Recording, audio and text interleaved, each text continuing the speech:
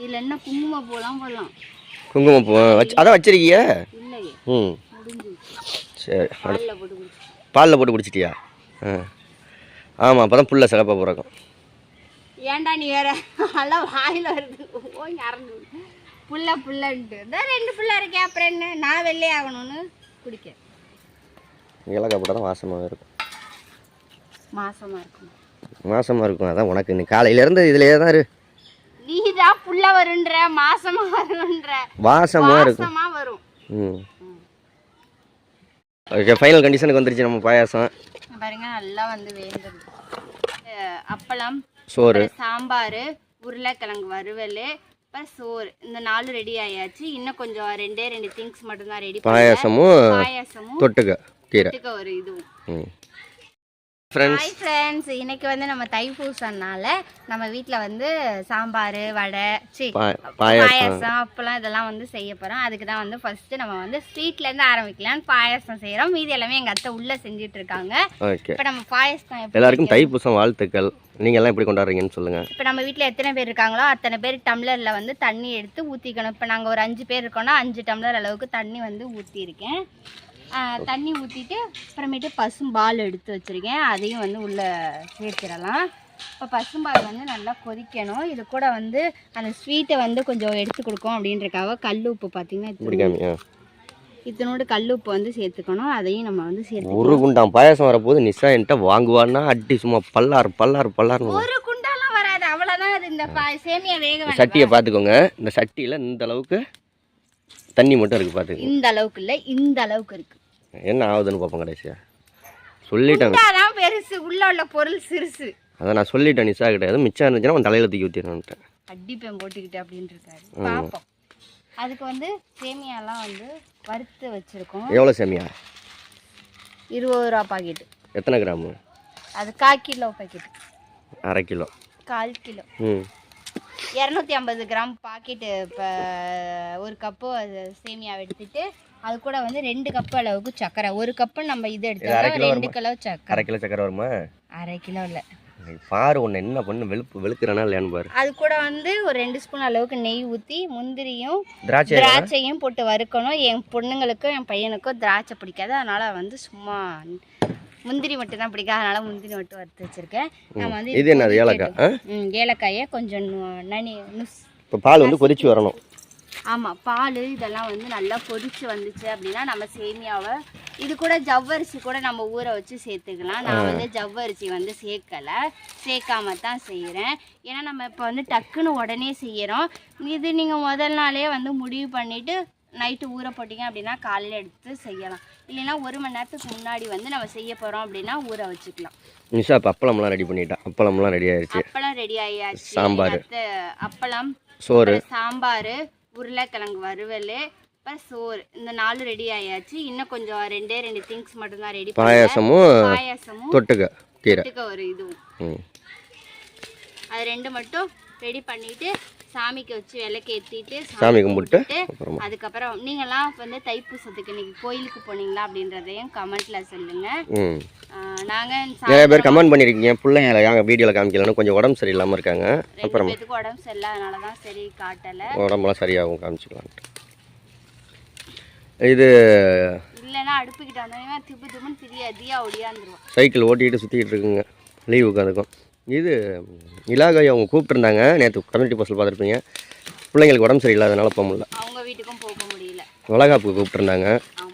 இந்த பிள்ளைங்களுக்கு உடம்புலாம் சரியாகும். கண்டிப்பாக இன்னொரு நாள் போய். அதுவும் இல்லாமல் திருச்சிக்கு இல்லை, அந்த பிள்ளைங்களுக்கு உடம்பு சரியில்லை அது ஒன்று. திருச்சிக்கு வேற வர சொல்லிட்டாங்க. கொஞ்சம் ஒரு வேலையாக போயாச்சு திருச்சி. 2 நாள், முதல் நாள் நேற்றும் போனோம், இந்த நாளும் போனோம். 2 நாள் ஃபுல்லாகவே திருச்சியிலே வேலை.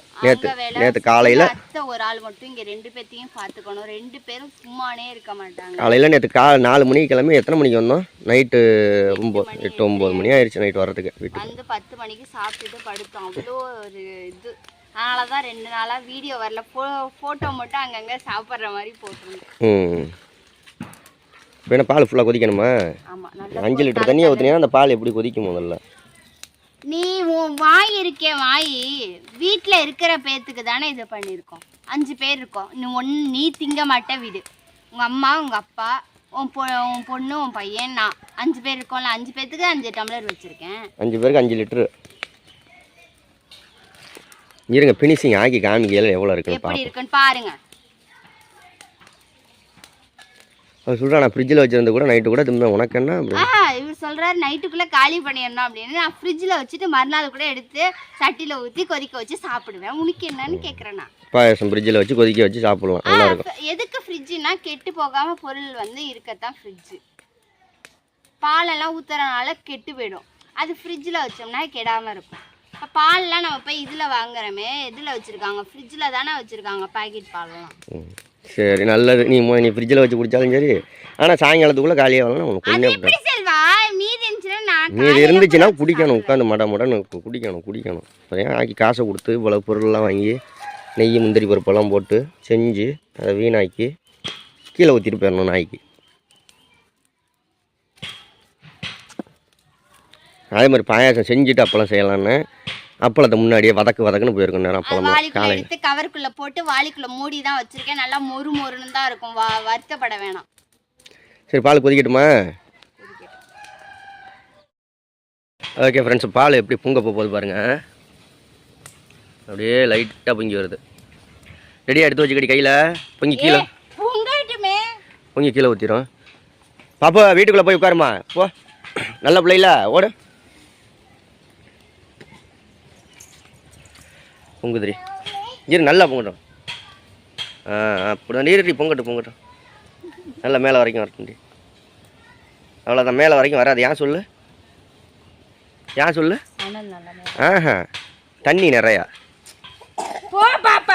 இருமல்.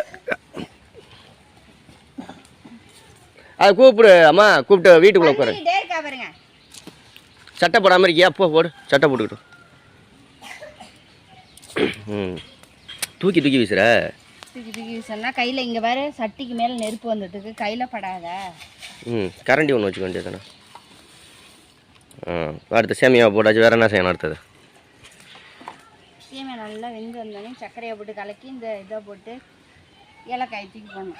எரியற நெருப்பு. அதுக்கு முதல் அந்த சேமியா வந்து வேகணும். இப்போ போய் அடியில் தங்கி இருக்கும், அதனால இப்படி நல்லா கிளறி விடணும்.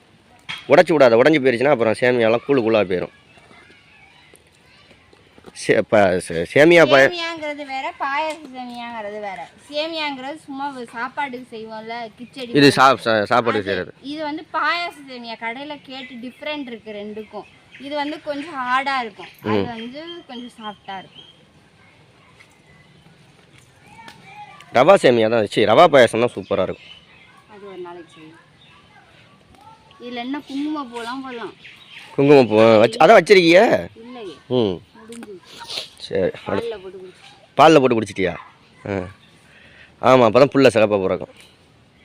ஏன்டா நீ வேற நல்லா வாயில் வருது. ஓய் இறங்கு புல்லன்ட்டு தான் 2 புள்ள இருக்கேன். அப்புறம் என்ன, நான் வெள்ளை ஆகணும்னு குடிக்க. நான் இங்கே வந்து கொஞ்சம் கலர் ஆகிருக்கேன். இந்த பொங்குது பாரு, சட்டி வச்சு கொட்டுறி. சர்க்கரையா கொட்டுறி. வேகணும் செல்வா. கொட்டுடி சர்க்கரையை போட்டுடிங்கிறாரு. பாப்பா இது மாதிரி ஆக போகுது. எது நம்ம இது அது என்ன தேங்காய் மிட்டாய் மாதிரி ஆக போகுது. வாய் இதே நீ வச்சுட்டு கம்மன் இருந்தீங்கன்னா அழகா நான் பாயாசம் செஞ்சுருக்கேன். நான் செஞ்சதே இல்லை பாரு.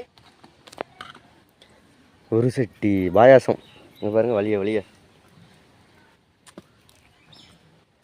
இப்படி சொல்லி அது ஏதோ ஆக போகுது. நீ பாரு, என்ன ஆக போகுது? நீ வேணா பாரு, அதான் என்ன ஆகுது.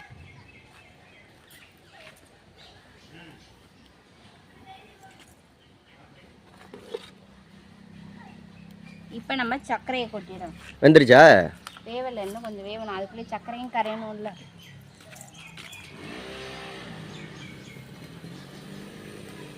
1 கிலோ சர்க்கரையா? இது 1/4 கிலோ சர்க்கரையா, 1/2 கிலோ சர்க்கரையா? 1/4 கிலோ. 1/4 கிலோ ரவா. இது சேமியாவுக்கு 1/4 கிலோ சர்க்கரை, அப்படி தானே? பால் 1/4 லிட்ரு. அது போல் முந்திரி, நெய், ஏலக்காய் போடணும். ஏலக்காய் போட்டால் தான் வாசமாக இருக்கும். மாசமாக இருக்கும். அதான் உனக்கு நீ காலையிலேருந்து இதுலேயே தான் இரு. நீ தான் புள்ள வருன்ற, மாசமாக வருன்ற. வாசமாக இருக்கும். வரும்.